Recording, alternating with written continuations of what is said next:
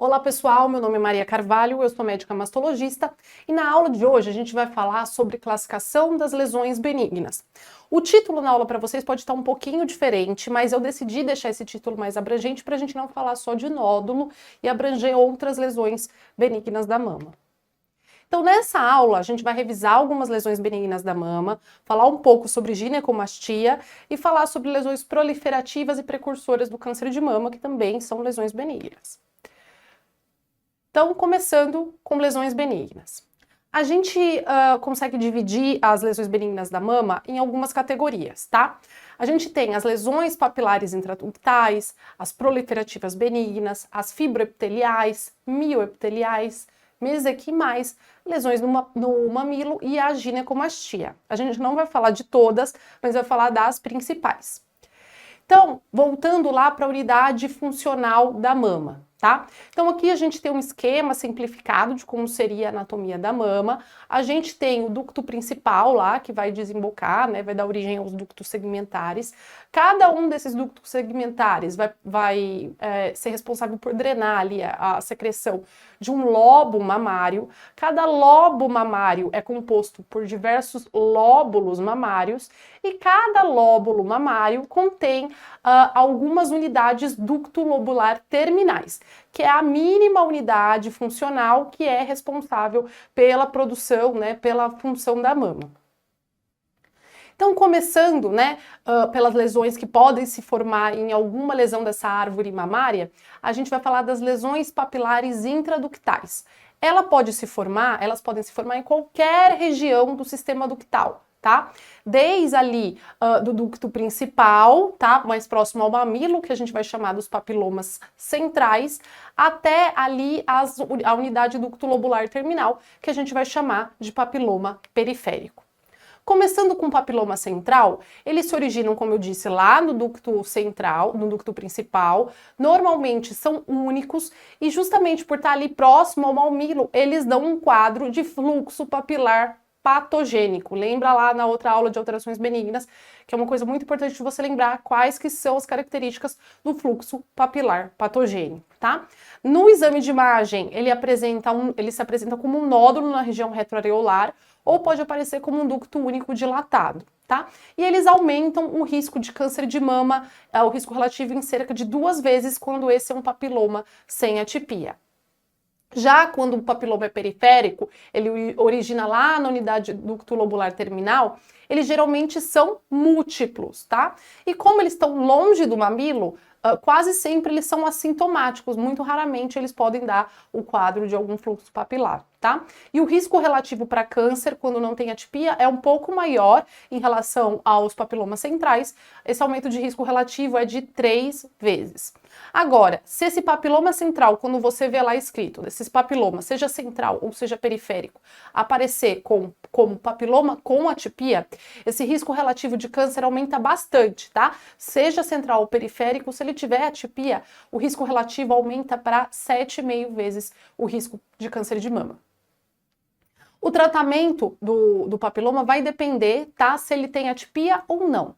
Se ele tem atipia, sempre a gente vai fazer cisão cirúrgica, tá bom? Agora, se é um papiloma sem atipia, depois da biópsia cirúrgica, geralmente a gente vai ver se tem alguma lesão residual. Se tiver lesão residual, geralmente a gente excisa. Se não, se já tirou tudo, a gente observa, tá bom?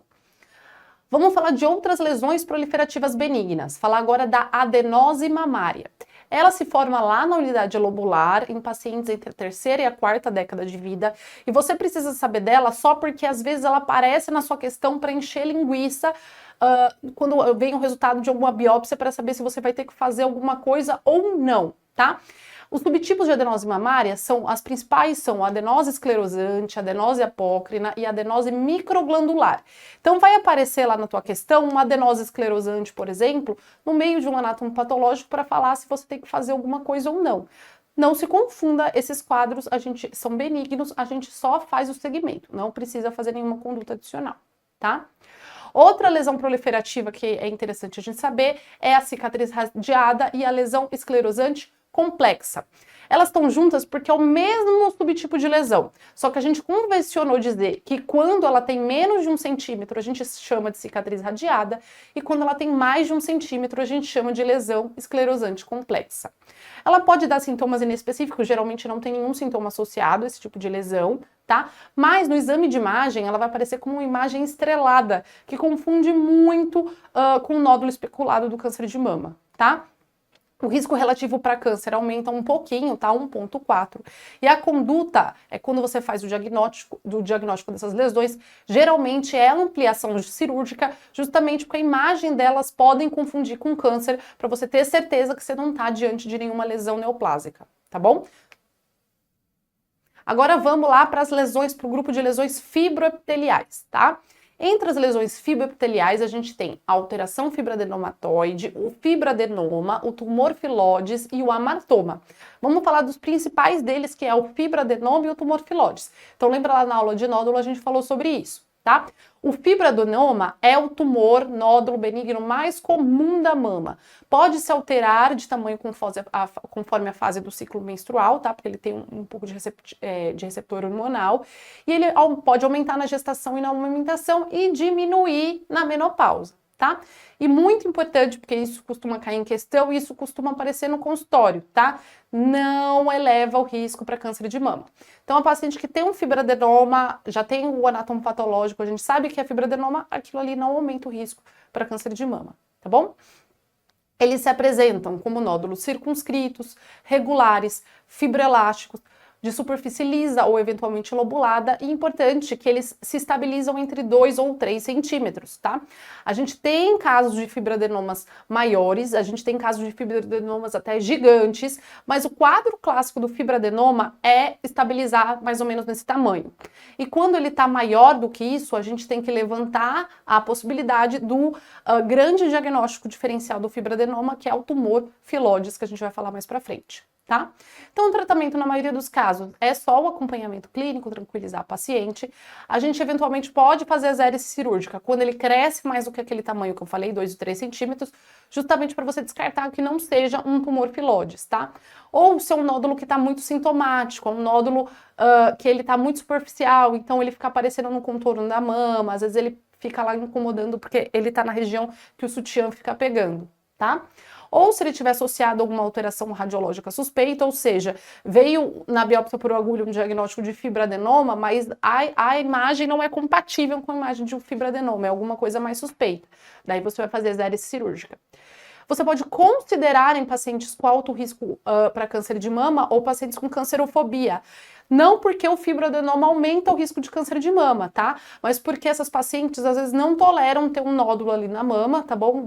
Mesmo você explicando que é uma lesão benigna, que não vira câncer, às vezes essas pacientes não toleram. Então você explicando os riscos e benefícios associados à cirurgia, eventualmente você pode retirar esses nódulos em alguns dos casos, tá bom?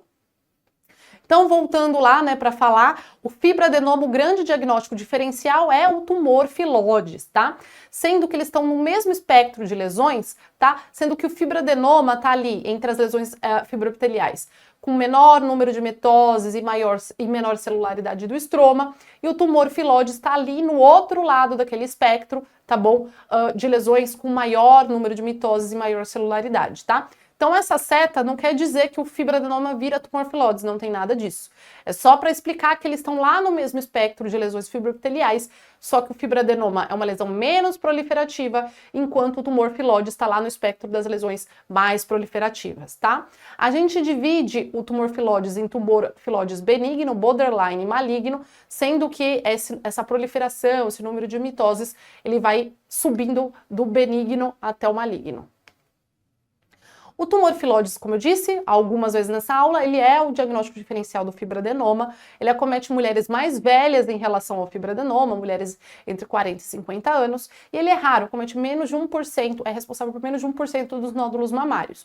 E ao contrário do fibroadenoma, que geralmente estabiliza lá entre os 3 centímetros, o tumor filóides pode ter um crescimento contínuo e rápido, até chegar num caso extremo aqui, ó, que a gente tem um nódulo que acomete a mama inteira. tá?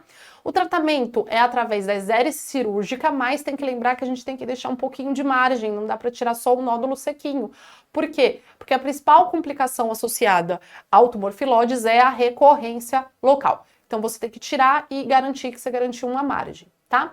A metástase no tumor filóides, principalmente maligno, é raro, mas ao contrário do câncer de mama habitual, que a gente lembra lá, né, que a metástase é de disseminação linfonodal, a disseminação das metástases do tumor filóides é por via hematogênica. Agora vamos lá para as lesões mesenquimais. Falar de outra coisa que aparece enchendo linguiça lá no meio do anátomo patológico nas questões, que é o PASH. O PASH é a sigla em inglês para hiperplasia estromal pseudoangiomatosa. Geralmente aparece pelo nome em português, tá? É uma lesão benigna, pode cursar com nódulo, mas na grande maioria das vezes é um achado incidental, pode estar presente em até 25% das biópsias. E ele aparece lá no meio para você saber se precisa fazer alguma coisa ou não, mas não, a conduta é seguimento, você não faz nada. Então vamos lá, questão da Unifesp de 2021. Uma mulher de 45 anos de idade, eumenorreica, realizou rastreamento que identificou nódulo mamário suspeito no quadrante superolateral direito. Foi feita exérese da lesão e o resultado foi fibroadenoma complexo. Qual que é a conduta? Eles adoram colocar isso para te confundir, tá? Para você achar que o fibroadenoma, algum tipo de fibroadenoma dá mais risco para câncer de mama do que outros. Mas não, tá? Ele seja complexo, seja simples, seja de qualquer maneira, é fibroadenoma, não apareceu nada de atipia ali, a conduta é seguimento, tá bom? Então, alternativa A, tamoxifeno, não, né? Isso a gente faz para tratamento de câncer de mama luminal, para quimioprofilaxia, não tem nada disso. Haloxifeno também, idem. Quadrantectomia, não, né? Você tirou a lesão fibroadenoma completamente, você não precisa complementar a cirurgia. A resposta é alternativa D, seguimento, tá bom? Questão da Unicamp de 2016. Mulher, 50 anos, com queixa de fogachos intensos, desejando tratamento, sem comorbidades. Tem um antecedente pessoal de uma menopausa há 12 meses, então ela já é pós-menopausa. Nega antecedente na família, de câncer na família. Na mamografia foi vista uma área de densidade assimétrica no quadrante supermedial da mama direita. A ultrassonografia complementar viu um foco hipocogênico de 1,5 centímetro nessa mesma região, BIRADS 4A. BIRADS 4A a gente vai fazer biópsia. Então ele fez a COR e o anatopatológico veio adenose esclerosante, metaplasia porócrina e fibrose. Então lembra que eu falei que as adenoses lá, elas gostam de aparecer para encher linguiça? É tudo alteração benigna, a gente não faz nada, tá bom? Então, as alternativas. Alternativa A, ressecção cirúrgica da área. Não, né? Falei que a gente só segue. Alternativa B, terapia hormonal. E essa terapia hormonal aqui é para você confundir com terapia hormonal de câncer ou de alguma lesão maligna. Mas ele quer dizer terapia hormonal porque essa mulher está com um fogacho. Então, ela não tem contraindicação para terapia hormonal. Então, é justamente essa a resposta, tá? A alternativa C está errada. Ultrassom em 6 meses, não necessariamente. E tamoxifeno não é uma lesão precursora de câncer de mama. A gente não precisa fazer quimioprofilaxia, tá bom? Vamos agora para a ginecomastia. A ginecomastia é a proliferação benigna do tecido glandular no sexo masculino. Então, lembrando, né, que no sexo masculino a glândula mamária pouco se desenvolve desde a infância até a fase adulta, tá? Mas em alguns pacientes, tá, esse tecido mamário pode se proliferar mais do que o habitual. A grande maioria é fisiológica e transitória, você vai tranquilizar o paciente, mas você tem que descartar, tá, que tem alguma patologia que é responsável pela ginecomastia possa estar associada. E o diagnóstico diferencial da ginecomastia é a lipomastia, porque na ginecomastia ocorre realmente proliferação de mama, tá, tecido glandular, o broto mamário se desenvolve. Na lipomastia é acúmulo de gordura, geralmente o paciente que ganhou muito peso pode ganhar muito peso ali na topografia da mama também, tá bom? Então, a ginecomastia tem 3 picos de incidência, tá bom? Nos recém-nascidos do sexo masculino, geralmente pela passagem do estrogênio materno ali da mãe na via placentária, tá bom? Mas isso é transitório, assim que o recém-nascido consegue metabolizar esse hormônio, não continua recebendo, né, estrogênio materno, a mama volta ao habitual. tá bom? Na adolescência, um segundo pico, e na fase mais dos pacientes mais idosos, entre a sexta e a sétima década de vida, tá? Em todas essas faixas etárias, a fisiopatologia principal é o desequilíbrio entre a concentração de estrogênio e testosterona circulante. Então, quais que são as patologias que a gente tem que pensar, tá bom? Quando a gente vê uma ginecomastia. Então, a grande maioria é do bem, é só um desequilíbrio hormonal, é transitório, mas a gente tem que descartar que tem alguma coisa grave associada, tá bom? Então, entre as patologias que a gente sabe, tá, que estão associadas à ginecomastia, a gente tem lá o Klinefelter, né, pelo hipogonadismo, algumas neoplasias como pulmão, neoplasia de pulmão, adrenal, próstata, de testículo, alguma alteração hepática, como cirrose hepática, hepatoma, alteração renal, com insuficiência renal crônica, desnutrição, hipertiroidismo. A gente sabe que algumas medicações, tá, podem estar associadas também à ginecomastia, por exemplo, como anfetamina, o uso de anabolizante, tá? Então, quando acontece na idade jovem, a gente sempre tem que lembrar de perguntar se usa anabolizante ou se usa algum tipo de droga, que a gente vai falar mais na frente, tá? O uso de espironolactona também está associado, o uso de corticoide, alguns antipsicóticos, uso de finasterida, algumas drogas usadas para o tratamento do câncer de próstata também, tá bom? Estão relacionadas à ginecomastia. E como eu tinha falado, né, paciente em idade jovem, você tem que lembrar de perguntar se fez uso de algum anabolizante, se tem história de uso de maconha, álcool e heroína, que também estão associados à ginecomastia. E como você vai investigar, tá? Então você vai investigar pela anamnese, exame físico, se tem a possibilidade dele ter usado algum tipo de substância que está associada à ginecomastia ou alguma das patologias também estão associadas a essa condição, tá bom? No exame de imagem mamário, você vai pedir uma mamografia. Se aquela mama comportar, fazer uma mamografia, esse é o melhor exame. Se não comportar, porque às vezes a ginecomastia não é tão grande, você vai pedir um ultrassom de mamas, tá? E entre as dosagens hormonais, você vai pedir o HCG, o estradiol, a dosagem de testosterona e o LH, tá? Então, se lá na dosagem hormonal todos esses hormônios que eu falei estiverem normais, a grande maioria dos casos é a ginecomastia idiopática, tá? Agora, se tiver aumento de HCG e estrogênio, né, estradiol, você tem que pensar em tumores testiculares, tá? Agora, se tiver um aumento de LH, mas a testo tiver reduzida, então você tá vendo, né? A testo tá reduzida, o LH tá aumentando para poder tentar produzir mais testo, mas mesmo assim não tá dando. Então você tem que pensar em causas de hipogonadismo, tá? E a gente sabe que quando tá aumentado o LH e aumentada a testosterona, isso pode estar associado, né, ao hipertiroidismo. E o tratamento? Se tiver uma causa primária, você vai tratar a causa primária. Nos RN, você tranquiliza a mãe, tá? Fala que tem evolução espontânea, não precisa fazer nada.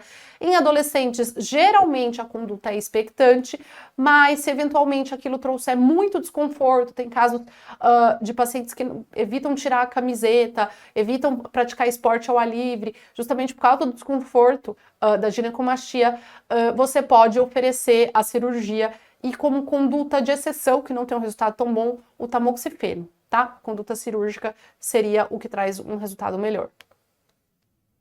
Agora, para finalizar, vamos falar sobre as lesões proliferativas e precursoras do câncer de mama, tá? Apesar de elas serem precursoras do câncer de mama, elas são ainda classificadas como lesões benignas. A maioria se origina lá, lembrando do esquema da mama, na unidade ducto-lobular terminal, lá no finalzinho. E elas vão se subdividir em duas categorias a depender de onde elas vão se formar, tá? Se são lesões ductais ou lobulares, tá? Entre as proliferativas, tá? A gente tem, por exemplo, a hiperplasia ductal usual, a lesão de células colunares, que são lesões benignas que a gente só acompanha, não faz nada. Mas a gente tem que prestar atenção nessas daqui, ó, as precursoras do câncer de mama, tá? Entre as precursoras do câncer de mama, um jeito bom de decorar é, quando tem hiperplasia, se aparecer atipia, então são as lesões precursoras. Então a gente tem a hiperplasia ductal atípica e a hiperplasia lobular atípica. A gente também tem o carcinoma ductal in situ e o carcinoma lobular in situ. Então a gente tem que lembrar aqui no carcinoma lobular in situ que apesar de ter esse nome carcinoma aqui na frente, que a gente já pensa que é câncer de mama, no caso do CLS, do lobular in situ, ele é uma lesão benigna precursora, ele não é câncer de mama, tá? E tanto a hiperplasia lobular atípica quanto o CLS, eles estão dentro de um guarda-chuva de lesões que a gente chama de neoplasia lobular não invasiva, tá? Então vamos falar da hiperplasia ductal atípica. A morfologia dele é bem semelhante a um CDIS, um carcinoma ductal in situ de baixo risco, porém são lesões menores. O risco relativo de câncer é de 3 a 5 vezes do que o da população geral, né? E ele é um indicador de risco para o desenvolvimento de câncer de mama em qualquer local da mama.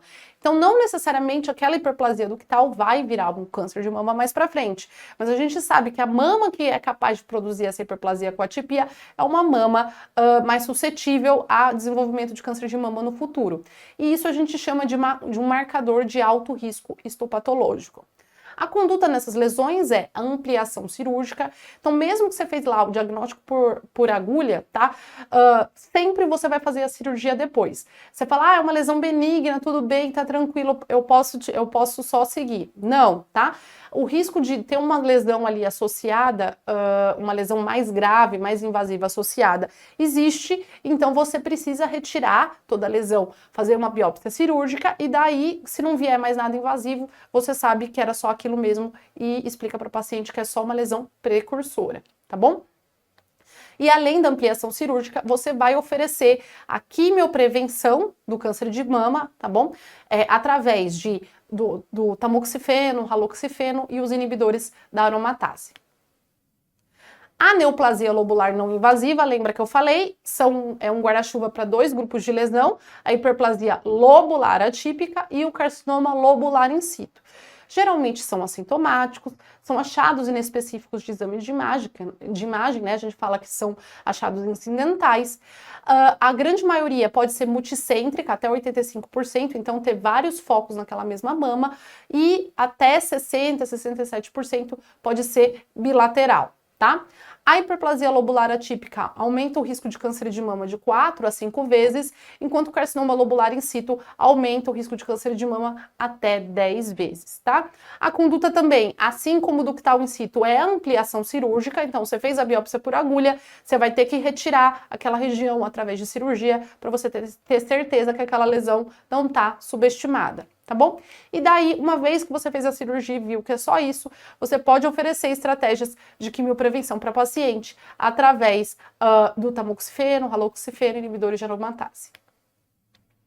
Então, questão da USP de 2023. Mulher de 49 anos realizava mamografia de rastreamento no seu ginecologista regularmente. A mais recente apresentou calcificações pleomórficas agrupadas no QSL da mama esquerda, classificadas como BIRADS 4. Foi submetida a mamotomia guiada por estereotaxia, daí ele fala qual dessas alternativas há indicação de ampliação cirúrgica após uma biópsia por agulha, tá? Então, ó, lembra que eu falo, olha aí, eu que sempre falo que a gente linguiça, ó, alternativa A adenose esclerosante. Não, né? Benigno a gente segue. Ó, alternativa B é a segunda coisa que mais cai, ó, hiperplasia pseudoangiomatosa do estroma. Isso aí sempre cai para encher linguiça. E a terceira é uma outra causa que também cai, é a hiperplasia de células colunares. Apareceu hiperplasia, mas não tem atipia aqui, não é lesão precursora, não é lesão que a gente precisa ampliar, tá bom? Então a resposta é a alternativa D, hiperplasia lobular atípica. Questão da USP de Ribeirão de 2024, tá? Tá fresquinha. Mulher de 53 anos foi submetida a biópsia percutânea assistida a vácuo devido a agrupamento de microcalcificações suspeitas identificadas em mamografia de rastreamento. A mamografia de controle após biópsia confirmou a ressecção completa das microcalcificações e o resultado do estudo histológico revelou presença de hiperplasia ductal atípica.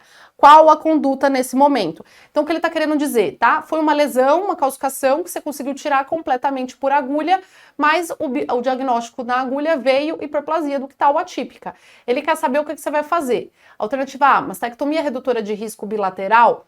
Não, né? Lá na aula de rastreamento do alto risco, a gente fala que para esses casos, e agora eu falei também, a gente oferece quimioprofilaxia, tá? A gente não vai oferecer logo de cara mastectomia redutora de risco, tá bom? Alternativa B, tamoxifeno 20 mg via oral por 5 anos. Ou seja, oferecer quimioprofilaxia.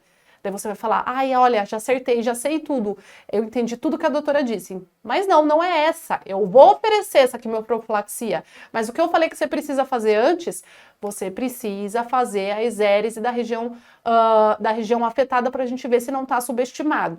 Mas você vai fazer, mesmo que você retirou a lesão completamente, que ele fala aqui, sim, mesmo que você retirou completamente, porque às vezes ainda tem alguma lesão que não aparece nos exames de imagem, tá bom? Então, nesse caso específico, a primeira coisa que você vai fazer é retirar a área ali da biópsia.